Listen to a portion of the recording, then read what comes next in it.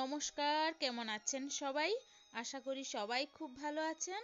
Our life journey আর্জের আরেকটি নতুন ভিডিওতে আপনাদের সবাইকে অনেক অনেক স্বাগত জানাই। সকালে খুব ঠান্ডা থাকার কারণে একটু রোদ বেরাতে আমি চলে গেছিলাম একটুখানি রোদে দাঁড়াতে।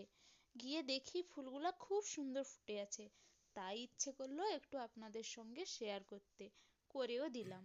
তো তারপর চলে এসে কেটে নিয়েছিলাম সবজি, আর কি কি আজকে রান্না করব সেটা আপনাদের দেখাচ্ছি। এই যে বেগুন ভাজা, এখানে সয়াবিন দিয়ে, আর ওই যে সব রকম সবজি দিয়ে একটা তরকারি, আর হবে ডাল। আর ছোলা আর মুগটা আমি ভিজিয়ে রাখবো, হচ্ছে মানে পরে খাওয়ার জন্য। পুজো হয়ে চলে এসেছিলো ফল, তাই ফলটা সবাইকে বেঁটে দিচ্ছি, মানে সবাই মিলে খেয়ে নিব।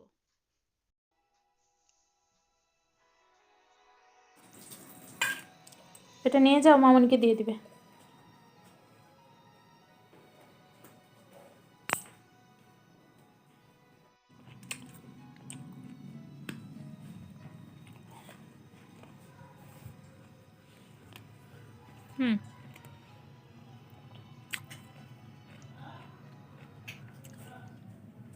বসে খাও।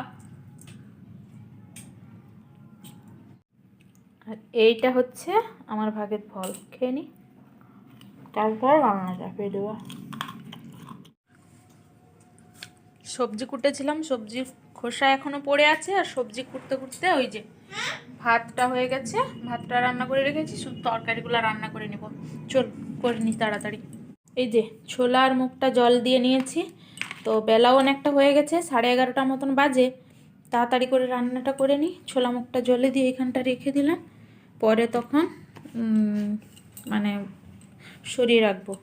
চলুন এই সয়াবিনগুলো সিদ্ধ করতে বসিয়ে দিই, দিলে একটু তাড়াতাড়ি হবে। এই যে গ্যাসটা জ্বালিয়ে সয়াবিনটা সিদ্ধ করতে বসিয়ে দিলাম। এবার সয়াবিনের মধ্যে একটু লবণ দিয়ে নিব আর একটুখানি হলুদ, সয়াবিনটা সিদ্ধ করে নিই। আর এদিকে রান্নাগুলো আজকে কি রান্না করছি আপনারা দেখতে থাকুন। তো ডালটা সিদ্ধ করার জন্য প্রেসার কুকারে আমি ডালটা ধুয়ে দিয়ে দিলাম, আর ডালটা যতটা পরিমাণ দিয়েছি সেরকম পরিমাণ মতো জলটাও মেপে দিয়ে দিলাম। তারপর দিয়ে দিলাম লবণ আর হলুদ।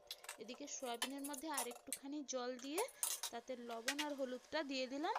এবার কাঁচা লঙ্কা কিছু ডালের মধ্যে দিয়ে দিচ্ছি, দিতে ভুলে গেছিলাম, তাই আবারও ইয়ে করে দিয়ে দিলাম কাঁচা লঙ্কাটা।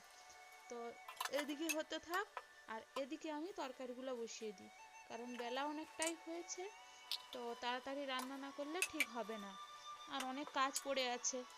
তো চলুন তাড়াতাড়ি রান্নাটা আমি করতে থাকি, আপনারাও দেখতে থাকুন।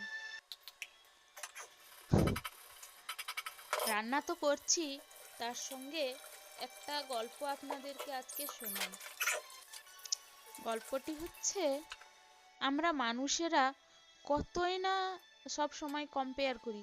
দেখো, তার লাইফে কোনো দুঃখ নেই, সে কতটা সুখী, আমারই যত সমস্যা, আমারই যত জ্বালা, আমারই যত দুঃখ, ভগবান নিশ্চয়ই বেছে বেছে সব দুঃখ আমাকেই দিয়েছে।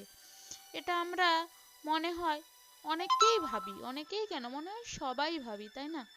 কিন্তু আসল কথা কি বলুন তো, ভগবান, মানে এটা আমার মনে হয়, যাকে যত সুখ দিক না কেন, একটা না একটা দুঃখ তো তার জীবনে লেগেই থাকে।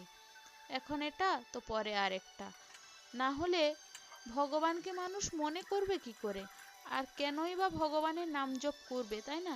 তো ভগবানও কিন্তু খুব চালাক এই দিক দিয়ে, তার নাম গান করানোর জন্য মানুষের জন্য একটুখানি দুঃখ তো রেখেইছেন, না হলে যে মানুষ অতীব নিজেকে ভগবান মানতে শুরু করবে, তাই না?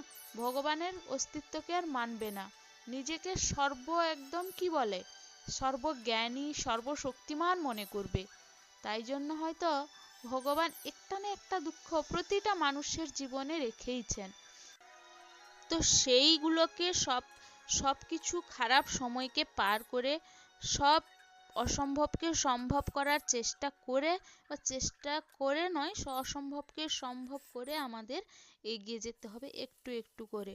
একদিন না একদিন সফলতা তো আসবেই। ভগবানও কিন্তু পরীক্ষা নেন যে কে কতটা কষ্ট সহ্য করতে পারে, আর প্রত্যেকটা মানুষের জীবনের দুঃখ কষ্ট কিন্তু আলাদা আলাদা টাইপের। তো কারোর সাথে আমার মনে হয় কারোর সাথে কারোরই কম্পেয়ার করা চলে না, কারণ সবার জীবন আলাদা, প্রত্যেকটা মানুষ আলাদা, প্রত্যেকটা মানুষের মধ্যে ফিলিংসও আলাদা, তাই না? কারোর সঙ্গে কারোর কিন্তু তুলনা চলে না, আমার এটা মনে হয়। আপনাদের কি মনে হয় অবশ্যই কমেন্ট করে জানাবেন।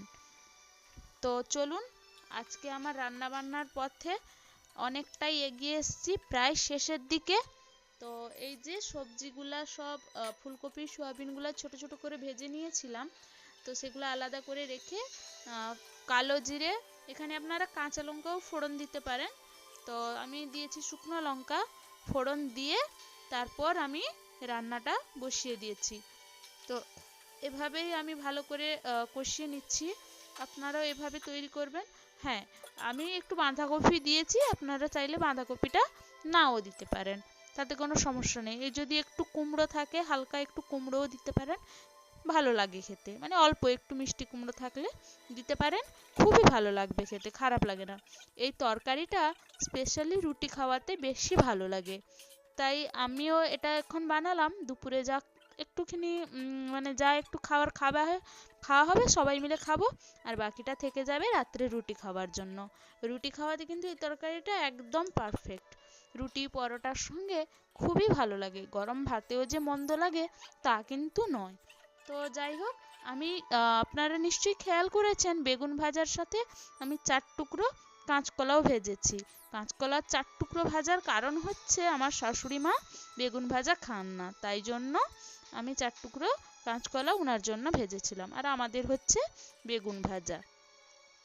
তো তারপরে দেখুন, এই যে মশলা একটুখানি ধনে গুঁড়ো, একটুখানি জিরে গুঁড়ো, লঙ্কা গুঁড়ো, এরকম সব কিছু দিয়ে আমি আদাটা এখানে ইউজ করি না, একটু আদা আদা গন্ধ করে, আপনারা চাইলে ওই তেলের মধ্যে কালো জিরা ফোড়নের সাথে আদা দিতে পারেন, আর নাও দিতে পারেন। যারা পেঁয়াজ খান, পেঁয়াজ দিয়ে করলে কিন্তু আরও বেশি টেস্ট হয় তরকারিটা।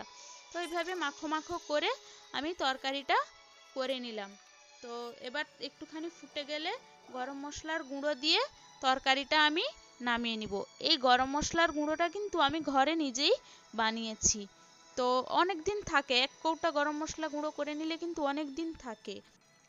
তো তরকারিটা আমার হয়ে এসছে, এবার নামিয়ে নিব, নামিয়ে নিয়ে আপনাদেরকে দেখাচ্ছি। তো চলুন নামিয়ে নিই। ভিডিওটা কিন্তু আমার শেষের দিকে, আর অল্প সময় আছে।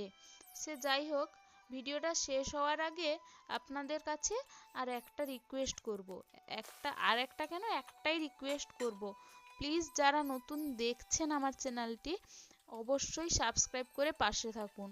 আসলে পুরনো যারা ইউটিউবার পুরনোদের তো অনেক দেখলেন, একটু নতুনদেরও পাশে থাকুন না, দেখুন না তারা যদি উৎসাহ পেয়ে আরও কিছু ভালো আপনাদের জন্য করতে পারে, তো সেটা তো আমি আশা করি ভালো হবে। আমি কিন্তু পার্সোনালি সত্যি কথা বলছি, যারা নতুন ইউটিউবার হতে চায়, যাদের নতুন চ্যানেল, আমি কিন্তু আমার চোখে পড়লে আমি প্রত্যেকটি নতুন চ্যানেলকে কিন্তু সাবস্ক্রাইব করি। যাদের 10,000-এর নিচে সাবস্ক্রাইবার তাদের কিন্তু আমি চোখে পড়লেই সাবস্ক্রাইব করি।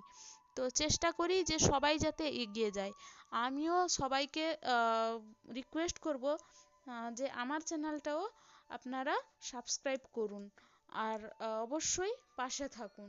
তো আমার রান্নাবান্নার কাজ শেষ হওয়ার পর গ্যাসের কাজটা মুছে নিয়ে আমি খাবার দাবারগুলো গুছিয়ে রেখেছি আর দিয়ে চলে এলাম। এই যে কটা বাসন পড়ে আছে, বাসন কটা মেজে নিচ্ছি।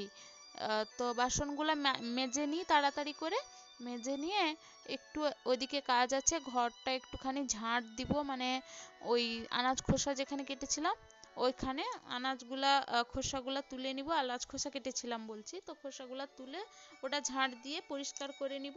তারপর হচ্ছে শাশুড়ি মার যে মাথাটা ফেটে গেছিলো, আগের ভিডিওতে দেখিয়েছি, আগের বেশ অনেক আগেই ভিডিওতে দেখিয়েছি। তো সেই জায়গাটায় একটু ওই ফাটা জায়গাটায় ড্রেসিং করে নিব। তো চলুন করা যাক। এই যে চলে এসেছি, দেখেছেন কত বড় ফাটা জায়গাটা, স্টিচ দেওয়া হয়েছে 4টে, তো সেটা ড্রেসিং করে নিচ্ছি। চলুন, আজকের ভিডিওটি আমি এভাবেই এগিয়ে নিচ্ছি। আর এই ড্রেসিং করতে করতেই আজকের ভিডিওটা শেষ হবে। আবারও শেষবারের জন্য আপনাদের সবার কাছে রিকোয়েস্ট করছি, প্লিজ সাবস্ক্রাইব মাই চ্যানেল। তো দেখতে থাকুন। আশা করি আজকের ভিডিওটি আপনাদের সবার অনেক ভালো লেগেছে। তো যদি ভালো লেগে থাকে অবশ্যই লাইক করুন, কমেন্ট করুন আর শেয়ার করুন। আর পাশে থাকুন সাবস্ক্রাইব করে। সবার আশীর্বাদ আমার কাম্য। তো ধন্যবাদ, দেখতে থাকুন ভিডিওটি লাস্ট পর্যন্ত।